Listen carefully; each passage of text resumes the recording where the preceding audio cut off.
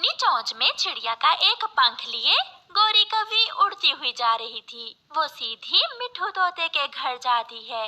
इधर उधर देखकर गोरी कौवी मिट्ठू के घर में घुस जाती है।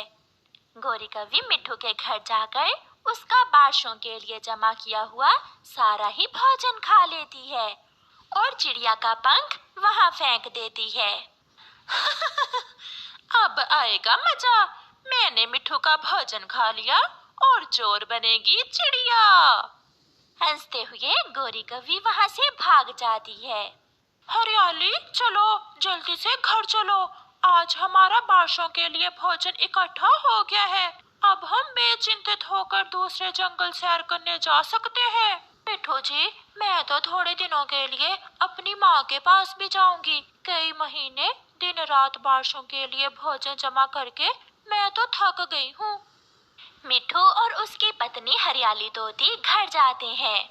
लुट गए, हम लुट गए हरियाली, हम बर्बाद हो गए, हमारा भोजन कहाँ गया पति जी? जालिम जालिम चोर तो हमारा सारा ही भोजन चुरा ले गया। वो दोनों पति पत्नी रोने लग जाते हैं। रोने की आवाज सुनकर मिट्ठू का पड़ोसी कबूतर वहां आ जाता है। क्या हुआ मिट्ठू, तुम क्यों रो रहे हो? कोई चोर हमारा भोजन चुरा ले गया। बहुत मुश्किल से हमने बारसों के लिए भोजन जमा किया था। वो देखो वहाँ एक पंख गिरा है उस चोर का। वो पंख तो रानू चिड़िया का है। मगर रानू चिड़िया ऐसा नहीं कर सकती। कबूतर, जब भूख हो तो कोई कुछ भी कर सकता है। हमें जाना होगा, हमें रानू चिड़िया से पूछने जाना होगा।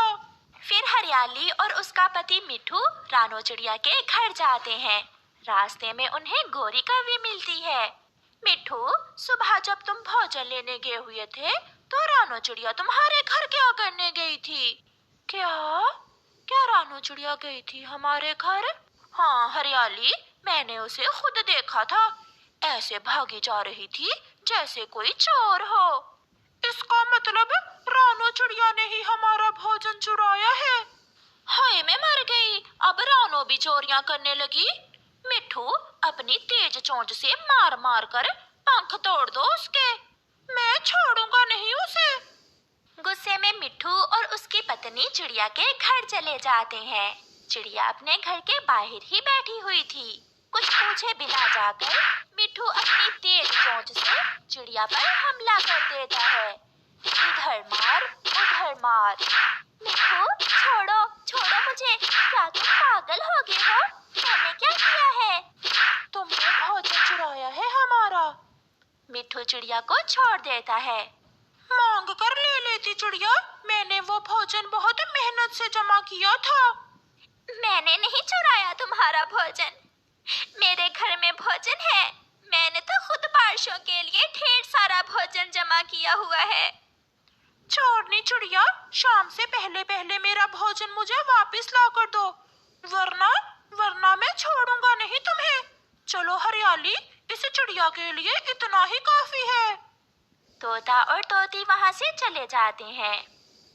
चिड़िया रोती हुई कबूतर के पास जाती है। बहुत मारा, उस मिट्ठू ने मुझे बहुत मारा है। अब मैं भी कभी मिट्ठू को नहीं बुलाऊंगी।